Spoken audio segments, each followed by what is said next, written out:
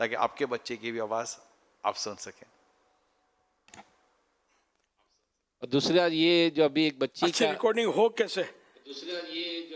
یہ بچی کو جو دکھایا گیا آخر میں، تو الحمدللہ امیر اہل سنت جس طرح دعائیں ارشاد فرماتے ہیں، تو اسی طرح کا ایک کلپ میں اس بچی نے بھی کچھ حصہ لیا ہوگا. تو اور آپ جس طرح مدینے کی دعائیں دیتے ہیں، تو یہ وہاں سے پیغام دیا کہ آپ نے ہمیں دعائیں دی تھی کہ امی ابو کے ساتھ مدینے جاؤ، تو الحمدللہ میں اپنے امی ابو کے ساتھ مدینے پہنچ گئی ہوں. ماشاء اللہ، کیا بات ہے، ماشاء اللہ، مبارک ہو. بارگاہ رسالت میں ہمارا سلام عرض کرنا. اب یہ کب کا ہے اللہ بہتر جانے، ابھی فی الحال مدینے میں ہے یا فراق مدینہ سے 2-4 ہے، کچھ کہا نہیں جا سکتا.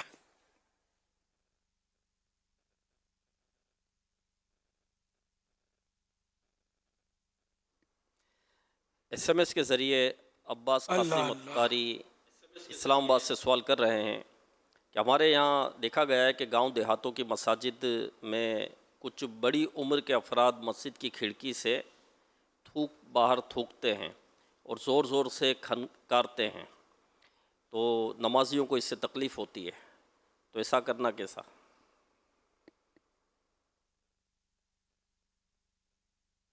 یہ تو اپنے گھر میں بھی نہیں کرنا چاہیے ایسا. کھڑکیوں پر یا روڈوں پہ لوگ تھوکیں پھینکتے ہیں. یہ جہاں قانون پر عمل نہیں ہوتا نا وہاں ایسا ہوتا ہے، اور جہاں قانون پر عمل ہوتا ہے نا وہاں نہیں ہوتا. وہاں کوئی روڈ پر تھوک کر دکھائے نہیں، کیونکہ یہ نظافت کے صفائی کے اصولوں کے خلاف ہے تھوکنا. اور بعض تو ایسے مریض ہیں ان کا تھوک خطرناک ہوتا ہے. اس کی تھوک کی اگر باریک چھینٹیں بھی، اگر بندکیاں بھی کسی کے سانس میں چلی گئیں تو بیچارہ تکلیف میں آ سکتا ہے. جیسے پچھلے دنوں کورونا چلا تھا، اس میں یہ پوزیشن تھی. یہ اب ڈینگی چلا ہے، تو ڈینگی میں بتاتے کہ یہ ایک سے دوسرے کو لگتا نہیں ہے. ڈینگی جو بیچارے پر آیا تو وہ خود ہی بس اس کو آزمائش میں ہے. وہ اللہ شفا عطا فرمائے. ڈینگی ہمارے یہاں کافی یعنی کہ پاکستان میں آزمائش میں مبتلا کر رہا ہے لوگوں کو. اللہ پاک شفا دے. اور یہ مرض اور یہ جو اصل وہ ڈینگی بیماری کا نام نہیں ہے. ہمارے ڈینگی بولتے ہیں. یہ ڈینگی ایکچولی بیماری کا نام نہیں ہے، ڈینگی مچھر کا نام ہے. ایک مچھر کی قسم ہے ڈینگی. وہ اگر کسی کو کاٹ لے اور بیچارے کے مقدر میں ہو اور اس کی امیون سسٹم جو کمزور ہو، مدافعتی طاقت، اور وہ اگر اس پہ اثر کر جائے تو پھر اس کو بخار، سخت سر درد، بدن میں درد اور گلا اور نزلہ اور کھانسی، اس طرح کی کیفیات بتائی جاتی ہیں کہ وہ کسی کو کم کسی کو زیادہ. کوئی ہاسپٹلائز ہوتا ہے، کسی کے پھر مسوڑوں سے خون بھی بیچارے کے شروع ہو جاتا ہے. تو یہ جیسا مطلب اٹیک ڈینگی کا، تو اصل مرض ڈینگی نہیں ہے، لیکن ہمارے یہاں اس کو ڈینگی بولتے ہیں. چلو کوئی حرج نہیں ہے، کوئی شرعی مسئلہ بھی نہیں ہے ڈینگی بولنے میں. تو یہ ہے کہ تو بہرحال گلیوں میں تھوکنا، ناک سنکنا یہ دوسروں کے لیے بھی مطلب وہ پریشانی کا باعث ہوتا ہے، گھن آتی ہے اس سے. تو یہ تو ویسے نہیں کرنا. پھر اللہ کے گھر میں مسجد کی کھڑکیوں سے اس طرح کرنا تو یہ بھی بالکل غیر مہذب طریقہ ہے. بعض وقت کھڑکی قبلے کی طرف ہوتی ہوگی تو قبلے کی طرف تھوکنا ہے تو ویسے ہی منع ہے. چاہے مسجد میں تھوکے چاہے گھر میں تھوکے، قبلے کی طرف نہیں تھوکنا چاہیے. اس طرح مطلب ہے کہ بچنا چاہیے. اس سے آدمی صفائی، تھوک وغیرہ بھی ہے وہ سب کے سامنے نہ نکالے. کوشش کرے سب کے سامنے ناک صاف نہ کرے، ناک میں انگلی نہ ڈالے، کان میں انگلیاں نہ گھمائے. سب کے سامنے اس سے بچنا مناسب ہے. بعض اوقات بدن پہ میل اتارتے رہتے ہیں، وہ دوسروں کو دیکھ کر اس سے تھوڑا کراہیت آتی ہے، گھن آتی ہے. اور اس سے جو ایسا کرتا نا اس کا جو امیج ہے نا دیکھنے والے پر اچھا نہیں پڑتا، خراب ہوتا اس کا امیج. لیکن لوگوں کو اس کا شعور نہیں ہوتا کہ یہ کیا کر رہے ہیں. مہذب لوگ جو ہوتے ہیں نا، ایجوکیٹڈ اور اس طرح کے شخصیات اور ہوتے ہیں نا، یہ اس طرح کی حرکتیں نہیں کرتے. یہ کچھ 3rd کلاس کے لوگ ہوتے ہیں زیادہ تر، وہ سے حرکتیں کرتے ہیں کہ آدمی کو مطلب کیا بولوں میں، کہنے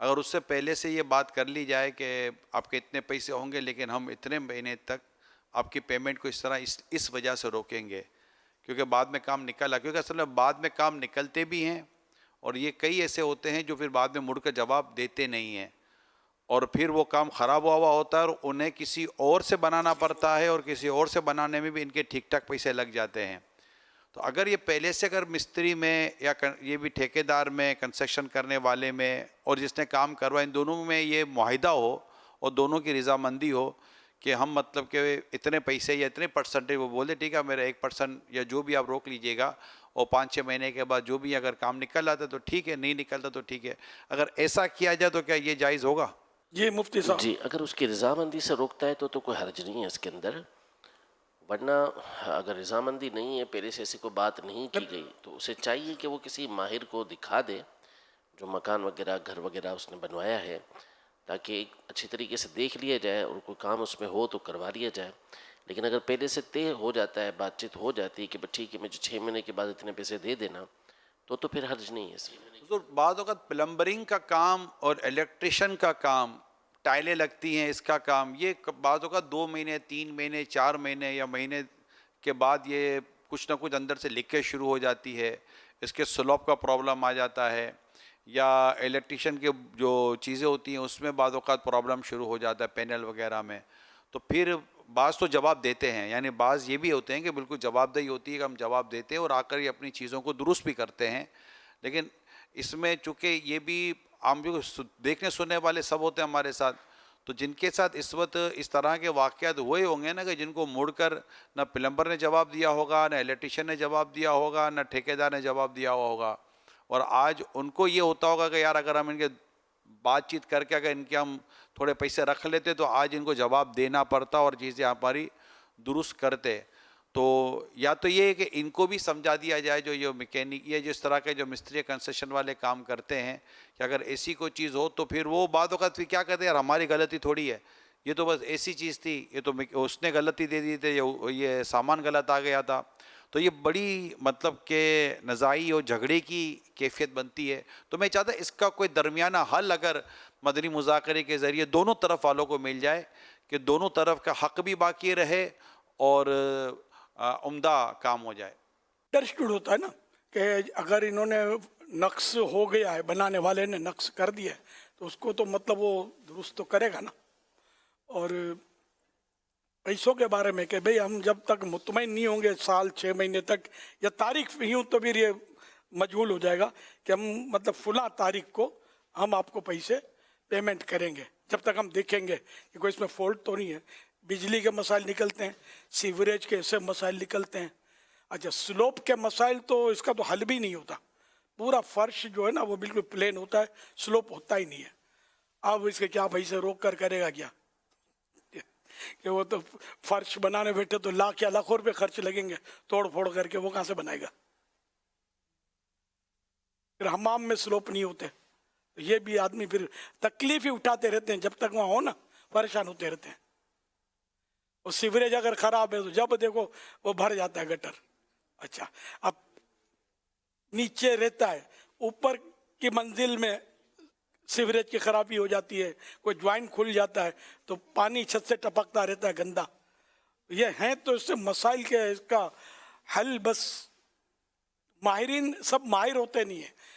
اچھا بنانے جو مطلب آرکیٹیکٹ ہوگا یا جو ٹھیکیدار ہوگا وہ ماہر ہوگا بھی، جنہیں وہ سمجھتا ہوگا، لیکن مزدور ہتھوڑا چھاپ ہوتے ہیں، یہ مطلب مسئلے کر دیتے ہیں، اور یہ اس کی ذمہ داری ہے ٹھیکیدار کی کہ وہ سب درست کرے، تو وہ اچھے کاریگر لے، مطلب پیسہ پھینک تماشا دیکھ بولتے ہیں نا۔ اب آپ دیہڑی اس کو دو گے ہی مطلب یعنی ادھوری تو پھر کام بھی ادھورا کرے گا، سمجھا، ہتھوڑے کی دیہڑی دو گے تو ہتھوڑا ہی مارے گا، اور اگر کوئی ٹیکنیکل بندہ ہوگا مزدور تو وہ تو دیہڑی یا جو بھی اجرت ہے وہ مانگے گا، وہ دو گے تو کام ٹیکنیکل ہوگا آپ کا اور درست ہوگا۔ تو یہ سب مطلب یہ ان کے فیلڈ ہوتے ہیں، تو یہ مطلب تقریباً لوگ جو ہے نا بنوانے کے بعد یعنی روتے ہیں، پھر ہو سکتا ہے کہ آنسو خشک ہو جائے، بعضوں کے آنسو خشک نہیں ہوتے، یعنی ایسی خرابی چھوڑ کے جاتے ہیں یہ، اور جواب بھی نہیں دیتے بنانے والے، سمجھے، اور بیچارہ وہ بندہ جو ہے وہ تکلیف تکلیف تکلیف۔ یہ ہمارے یہاں زیادہ ملے گا, ہر جگہ نہیں ملے گا دنیا میں, ہر ملک میں نہیں. ڈنڈا سخت ہوتا ہے بعض ملکوں میں کہ وہ مطلب ہمت کر ہی نہیں سکتا وہ 2 نمبر کا کام کرنے کی. جتنا مال طے ہوا اتنا مال ڈالے گا, جون سا سریا طے ہوا وہی سریا ڈالے گا. ورنہ پوری عمارتیں بعض اوقات گرنے کے حد سے کراچی میں مجھے پتا ہے کتنی مطلب اس میں لاشیں گر جاتی ہیں. یہ سریے کے پیسے بچانے کے لیے پھر کیس جب کھلتا ہے تو کہ سریا اس میں وہ فلاں تھا, باریک سریے تھے اور یہ اتنا مطلب بڑا پلازا کھڑا کر دیا, وہ کہاں اس کا بوجھ اٹھائے گی, عمارت کہاں اٹھائے گی بوجھ, اس سریا کہاں بوجھ اٹھائے گا. پھر جانوں کے خطرے, پھر کیس کباڑے, پھر یہ سریوں کے اندر چلے جاتے ہیں. اور مطلب یہ کہ اللہ بس توفیق دے کہ بندہ تھوڑا کمائے, تھوڑا کھائے, حق حلال کا کمائے. بس اپنا تو یہی نعرہ ہے کہ کسی کو تکلیف نہیں دینی. ایک ہی بات, اگر یہ ذہن بن جائے نا کہ کسی کو تکلیف نہیں دینی تو یہ سارے مسئلے حل ہو سکتے ہیں. خالی اپنی جیب بھرنی ہے, گھر بھرنا ہے, تو پھر یہ کہ قبر کی مٹی پیٹ بھرے گی. حدیث پاک میں کہ انسان کو 2 وادیاں بھی سونے کی غالب ہے, سونے کی 2 وادیاں بھی دے دی جائیں تو وہ کہے گا تیسری مل جائے تو اچھا ہے. اس کا پیٹ تو قبر کی مٹی ہی بھرے گی. ایسے حریص لوگ ہوتے ہیں کہ ان کو کتنا ہی مال دولت آ جائے یہ برانچوں پر برانچیں کھولتے ہی چلے جاتے ہیں, کاروبار کو بڑھاتے ہی چلے جاتے ہیں, پیچھے مڑ کے دیکھتے ہی نہیں ہیں, اور بیچارے پھر مال مال مال مال مال کر کے دنیا سے چلے جاتے ہیں. تو اس لیے وہ مال مال مال کرنے کے بدلے مولا مولا کرنا چاہیے.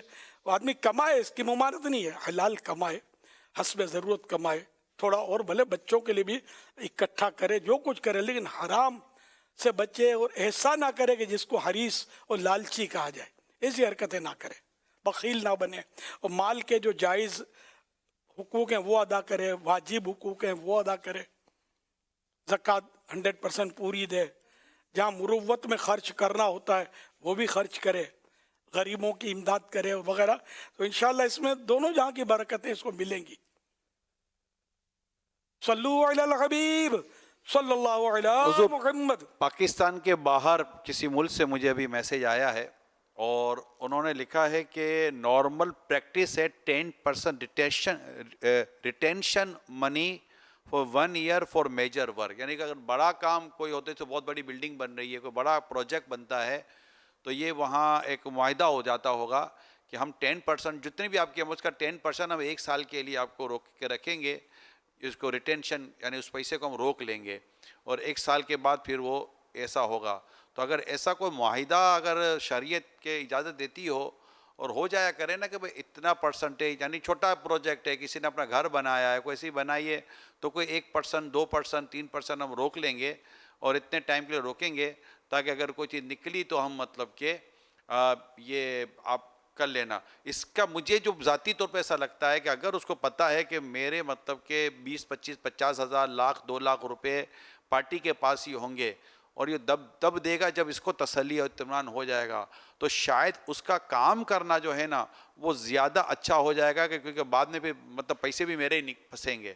تو شاید ہو سکتا ہے کہ اس کا کچھ ہو, تو کوئی ایسا معاہدہ اگر شریعت اجازت دیتی ہو تو بنتا ہو تو کیا بات ہے. بالکل ہونا چاہیے صاحب, اگر شریعت اجازت دے تو معاہدہ بھی. اب اس میں یار اس بلڈر کے لائن میں آپ کو تو پتہ ہوگا, مجھے بھی پتہ ہے, مجھے آج سے نہیں, مجھے زمانے سے پتہ ہے. اچھا ہر آدمی برا نہیں ہے, میں ہر آدمی برا نہیں کہتا ہوں, لیکن چھٹے ہوئے بدماش بھی ہوتے ہیں. یا تو بلڈر خود باپ کا باپ ہوتا ہے, یا پھر اس کے بلڈر کے اس سے ٹرمس ہوتے ہیں, یہ ترکیبیں بنی ہوتی ہے بتے بندے پہ, اور یہ لوگ مطلب یہ نہیں کہ میٹھے میٹھے بن کے بنا لیں گے, اور پھر جس کی بلڈنگ بنائی ہے وہ آواز نکلتی نہیں اس کی. میں نے ایسے خطرناک لوگوں کا نام بھی ابھی بھی کسی کا یاد آ رہا ہے مجھے, بلڈنگیں بناتے تھے, اللہ باپ رے باپ, ان کے جو ہتھے چڑھا بیچارہ وہ تو کہیں کا نہیں رہا.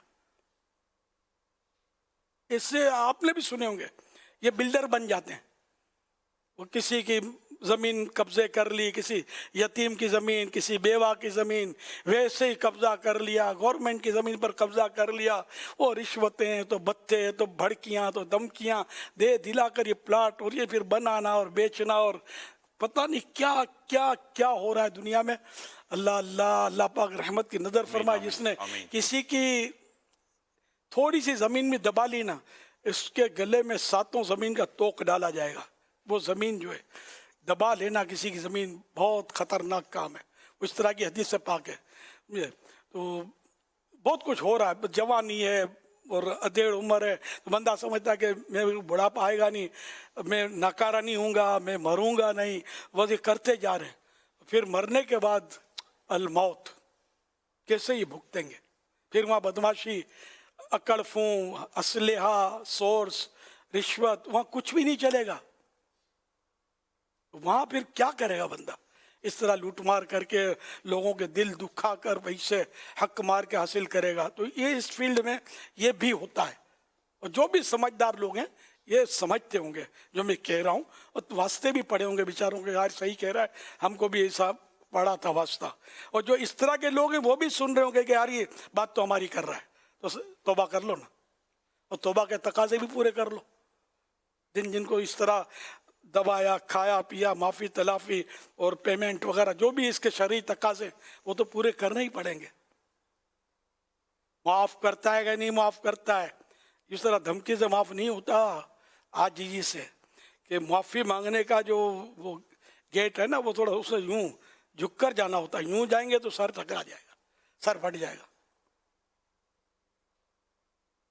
ابھی کر لو بچ جاؤ گے، ورنہ مرنے کے بعد بہت بہت مسئلہ ہو جائے گا، بہت مسئلہ ہو جائے گا. تو کوئی صورت پھر ہو سکتا ہے سامنے نہ آئے بچ کر نکلنے کی. اللہ پاک اپنی رحمت سے بخش دے تو اس کے خزانے میں کوئی کمی نہیں ہے. محبوب کی شفاعت ہو جائے تو بیڑا پار ہے. ابھی اس امید پر مطلب گناہ کیے جانا یہ بھی تو خطرناک ہے نا. صلو علی الحبیب صلی اللہ علی محمد. مدینہ پاک سے پیغام آیا ہے. سبحان اللہ. آقا جان امیر اہل سنت نے آپ کو سلام بھیجا ہے. آپ نے ابھی اظہار فرمایا نا کہ یہ پتہ نہیں کب کا ہوگا، تو وہ مدنی مذاکرہ مدینہ پاک میں دیکھ رہے ہیں، اور ہاتھوں ہاتھ وہ سلام بھی بچی نے پیش کیا، اور یہ ویڈیو بھی بنا کر بھیجی ہے ہاتھوں ہاتھ. واہ الحمدللہ، ماشاء اللہ، بہت بہت شکریہ، جزاک اللہ. یاد مکہ مدینہ. اللہ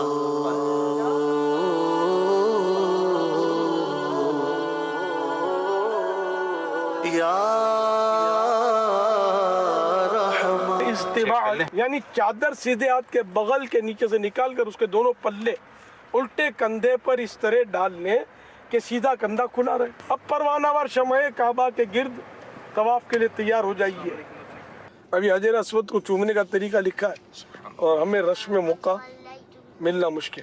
ہم کیا کر رہے ہیں؟ اب یہ کہ 2 ہاتھ کانوں تک اٹھائیں گے حجر اسود کی سیدھ میں، ہتھیلیاں کعبے کی طرح اس طرح حجر اسود کی طرف رہے.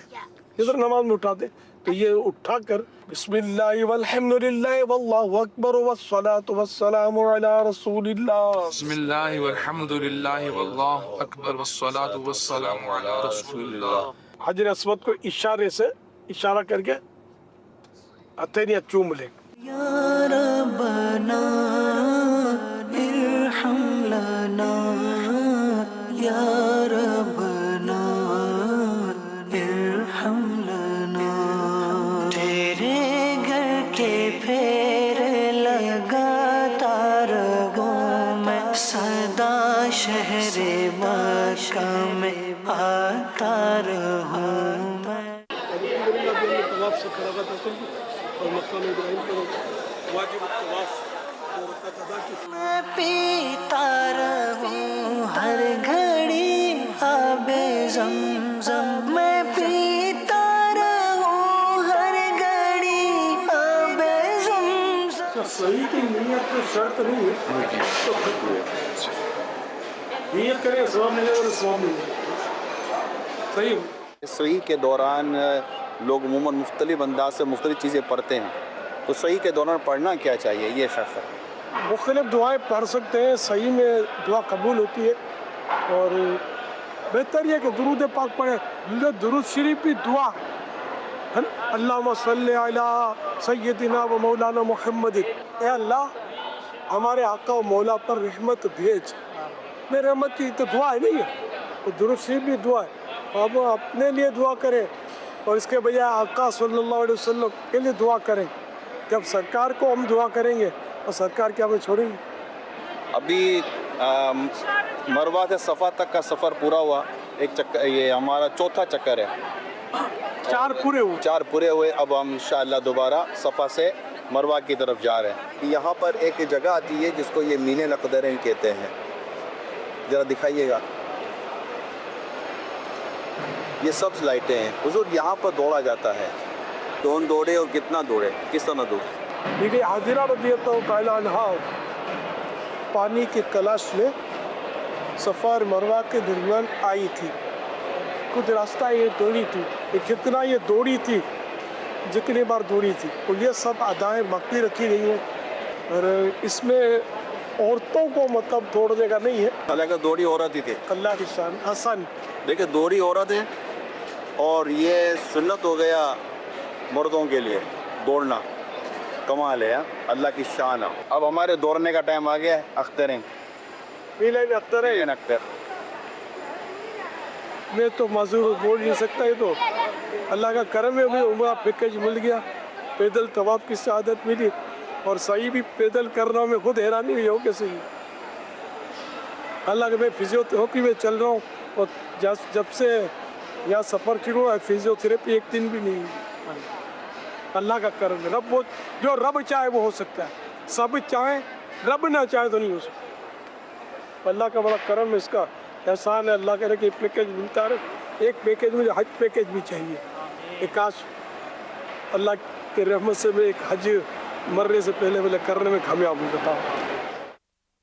صفا اور مروہ کے مابین دوڑو، صفا اور مروہ کے مابین دوڑو، صفا اور مروہ کے مابین دوڑو. سعی کر کے تجھے کو مناتا رہوں میں، سعی کر کے تجھے کو مناتا رہوں میں. صدا شہر مکہ میں آتا رہوں میں. یا ربنا ارحم لنا اللہ، یا ربنا ارحم لنا.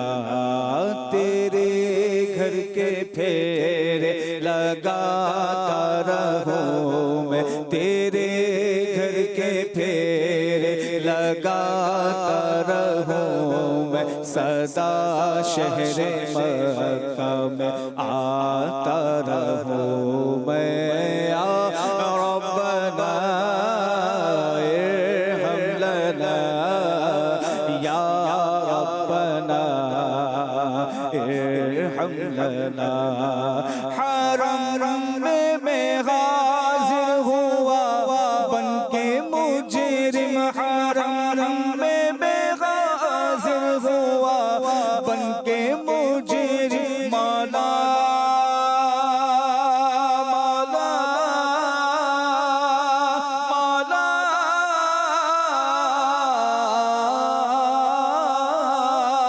حرم میں حاضر ہوا بن کے مجرم، حرم میں حاضر ہوا بن کے مجرم. یہ لبیک نعرہ لگاتا رہوں میں، یہ لبیک نعرہ لگاتا رہوں میں. صدا شہر مکہ میں آتا رہوں میں. یا ربنا ارحم لنا، یا ربنا ارحم لنا. الہی میں پھرتا رہوں گرد کعبہ، الہی میں پھرتا رہوں گرد کعبہ، الہی میں پھر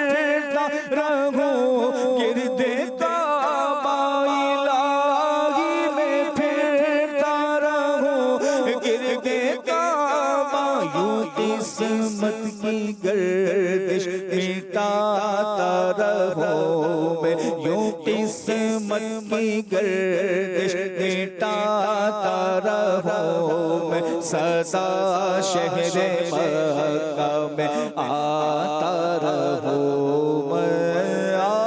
ربنا ارحم لنا اللہ، یا ربنا ارحم لنا۔ لپٹ کر گلے لگ کے میں ملتزم سے، لپٹ کر گلے لگ کے میں ملتزم سے، لپٹ کر گلے لگ کے میں ملتزم سے، گناہوں کے دھبے مٹاتا رہوں میں، گناہوں کے دھبے مٹاتا رہوں میں، سدا شہر مکہ میں آتا رہوں میں۔ یا ربنا ارحم لنا اللہ، یا ربنا ارحم لنا، یا ربنا ارحم لنا، یا ربنا ارحم لنا۔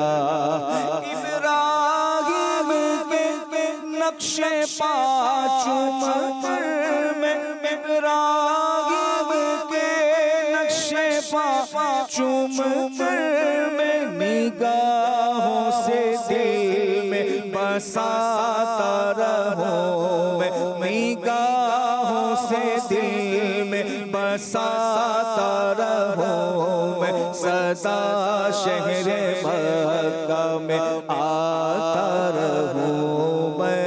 یا ربنا ارحم لنا اللہ، یا ربنا ارحم لنا۔ اور میں پیتا رہوں ہر گھڑی آب زمزم میں، پیتا رہوں ہر گھڑی آب زمزم میں، پیتا رہوں ہر گھڑی آب زمزم میں، پیتا رہوں ہر گھڑی آب زمزم۔ لگی اپنے دل کی بجھاتا رہوں میں، لگی اپنے دل کی بجھاتا رہوں میں، لگی اپنے دل کی بجھاتا رہوں میں، سدا شہر مکہ میں آتا رہوں میں۔ یا ربنا ارحم لنا، یا ربنا ارحم لنا، یا ربنا ارحم لنا، یا ربنا ارحم لنا۔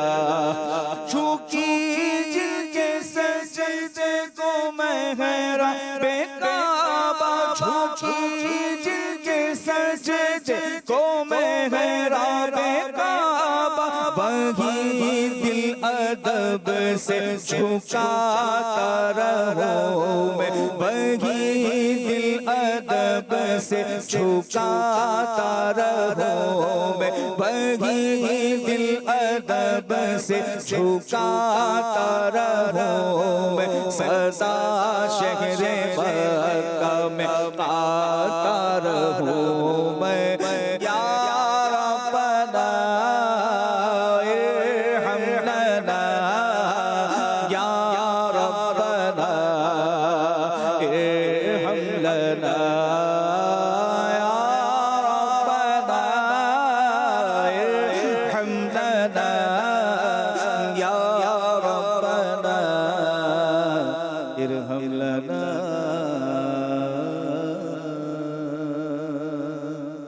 مسجد الحرام ایسا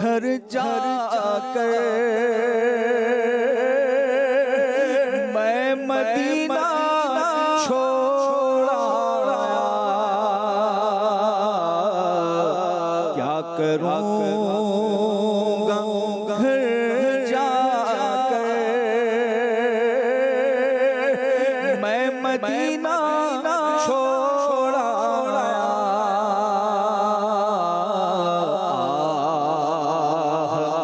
شاہ پہروں پر میں مدینہ چھوڑا اللہ پاک ہم سب کو بار بار مدینے کی مکہ پاک کی حاضریاں عطا فرمائے۔ حضور آپ نے آمین آج کی اس ویڈیو میں ایک بڑا خوبصورت بیان آپ کا یہ سنا کہ مجھے عمرے کا پیکیج مل گیا، اب خواہش یہ ہے کہ مجھے حج کا پیکیج مل جائے۔ تو یہ حج کا پیکیج کیا ہوتا ہے حضور؟ ایک تو یہ ہمارا پیکیج ہوتا ہے جو چل رہے ہوتے ہیں، تو آپ کی مراد کس پیکیج کی ہے؟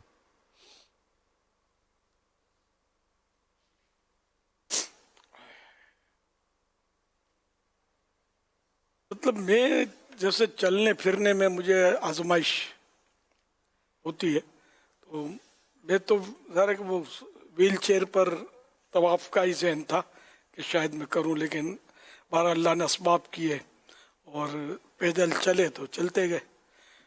طواف کے بعد فوراً کنٹینیو سعی، یہ تو شاید میری پہلی، جو برسوں پہلے بھی ایسا ہوتا تھا کہ میں طواف کے فوراً بعد صحیح مشکل، کوئی تازہ وضو کرنا وغیرہ، پیشاب لگ جانا، لیکن اس بار یہ بھی کنٹینیو ہو گیا نا شروع۔ پھر وہ 5ویں پھیرے کے بھی دور جا کر بس وہ کچھ میرا پرانا پاؤں کا جو فریکچر تھا، وہ جو میں بتائی تھی تفصیل، تو اس کی وجہ سے بس وہ 5واں پھیرا میرے لیے دشوار ہو گیا، اور پھر وہ ویل چیئر لینی پڑی تھی کرائے کی۔ تو یہ پیکیج کہ میں طواف اور سعی کا اکثر الحمدللہ کرنے میں کامیاب ہوا، یہ اللہ کی رحمت سے ہی ہوا، میری خود مطلب بس ہو گیا اللہ کے کرم سے۔ اب یہ اللہ کرے کہ حج کا بھی پیکیج اسی طرح کا مل جائے کہ مجھ میں اتنی ہمت طاقت کے ساتھ کوئی ایسی صورت بن جائے کہ میں حج بھی کرنے میں کامیاب ہو جاؤں، اس میں بھی طواف، سعی، عرفات، مینا، مزدلفہ، سب ظاہر ہے کہ مشقت والے کام ہیں نا، تو ایک آدمی بوڑھا بھی ہو پھر کمزور بھی ہو تو اس کے لیے آزمائش تو ہے نا۔ یہ کہ میری ایسا آزمائشیں رک جائیں اور میں کرنے میں کامیاب ہو جاؤں پرسکون، یہ مطلب میری مراد یہ حج پیکیج سے۔ اللہ عطا کر دے تو دیر بھی نہیں لگتی۔ آمین آمین۔ ظاہری اسباب کے ساتھ ساتھ اصل وہ ہے کہ مطلب میں کر بھی سکوں یہ سارے طواف صحیح، کیوں اس میں رش زیادہ ہوگا، حج میں زیادہ رش ہوتا ہے، پھر مشقت بھی زیادہ ہوتی ہے حج میں، عمرے میں کم ہوتی ہے۔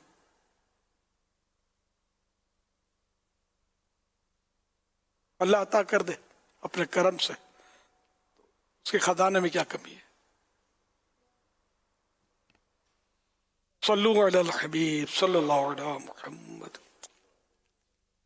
سیدی امیر اہل سنت کی خدمت میں عرض ہے، اللہ تعالیٰ جل جلالہ نے آپ کو عمرے کی سعادت عطا فرمائی، تو اس کے بعد آپ کی خوشی کا ایک انداز دیکھنے میں آیا کہ الحمدللہ میں نے پیدل طواف کی سعادت حاصل کی، عبادت اچھے انداز میں ادا ہو، اس پر ایک خوشی والی کیفیت تھی۔ ہمارے حاجی محمد سلیم اتاری، ان کے گھر میں ان سے ملاقات کا سلسلہ ہوا، کچھ وقت پہلے ان کا ایکسیڈنٹ ہوا تھا جس میں گھٹنے کی چوٹ آئی اور کچھ آنکھ کی آزمائش بھی بنی۔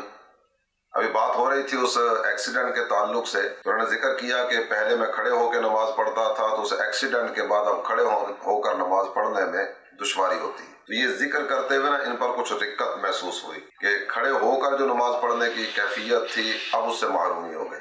یہ عبادت صحیح انداز میں ادا ہو، اس پر خوشی اور اس میں اگر کچھ 19-20 ہو یا پراپر انداز میں عبادت ادا کرنے میں دشواری ہو تو اس پر غم، یہ جو کیفیت ہے، اس کیفیت کے بارے میں برائے کرم کچھ ارشاد فرمائیے۔ ایک فطری امر ہے، جیسے کہ جو روزہ رکھنے کا مطلب معمول ہو، جس کا ہر رمضان میں روزہ رکھتا ہو، خوش اسلوبی سے رکھ پاتا ہو، اور وہ خوش مطلب سحری کرتا ہو، خوشی افطار کرتا ہو وغیرہ، اور پھر اچانک وہ طبیعت اس کی کمزور ہو جائے، اور اب وہ روزہ رکھتا بھی ہو تو کمزوری کے ساتھ رکھتا ہو، تکلیف کے ساتھ رکھتا ہو، تو اب اس کو غم کی کیفیت تو پیدا ہوگی نا، کہ وہ بھی کیا خوب دن تھے کہ مزے سے روزے رکھتے تھے اور اب بڑی تکلیف ہو رہی ہے، پھر یہ تکلیف اچانک دور ہو جائے اور پھر اچھے انداز میں روزے رکھنے لگ جائے تو اس کو خوشی ہو۔ یہ میرا خیال ہے فطری امر ہے، یہ اللہ رسول کی محبت کی یہ علامت ہے۔ ایک نیکی کرنے میں اگر اس کو سہولت ہے، سکون ہے، سوز و رقت حاصل ہے تو اس کو خوشی۔ واللہ تعالی اعلم ورسولہ اعلم عز وجل وصلی اللہ تعالی علیہ وآلہ وسلم۔ صلو علی الحبیب صلی اللہ علی محمد۔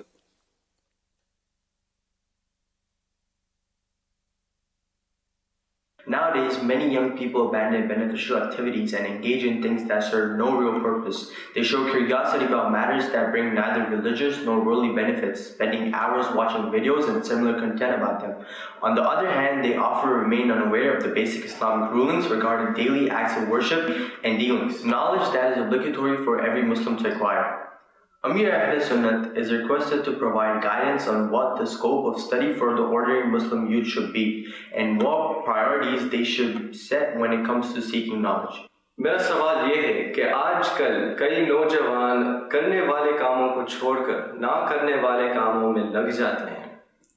انہیں ایسی چیزوں کے بارے میں جستجو ہوتی ہے جس کے جاننے سے کوئی دینی یا دنیاوی فائدہ نہیں ہوتا، اور وہ گھنٹوں اس کے حوالے سے ویڈیوز وغیرہ دیکھتے رہتے ہیں، جبکہ دوسری طرف حالت یہ ہوتی ہے کہ روزمرہ عبادات و معاملات کے متعلق شرعی احکام تک معلوم نہیں ہوتے جن کا جاننا فرض ہوتا ہے۔ امیر اہل سنت اس حوالے سے رہنمائی فرمائیں کہ ایک نوجوان مسلمان کا مطالعے کا دائرہ کار کیا ہونا چاہیے اور علم سیکھنے کے ترجیحات کیا ہونی چاہیے۔ اللہ علم حاصل کرنا چاہیے، علم دین حاصل کرنا چاہیے، کہ یہ ایک افضل عبادت ہے۔ علم دین حاصل کرنا یہ افضل ترین عبادت ہے حدیث پاک میں۔ اور پھر ضرورت کے احکام جو ہیں وہ فرض ہیں سیکھنا، یہ بھی علم کا ہی شعبہ ہے۔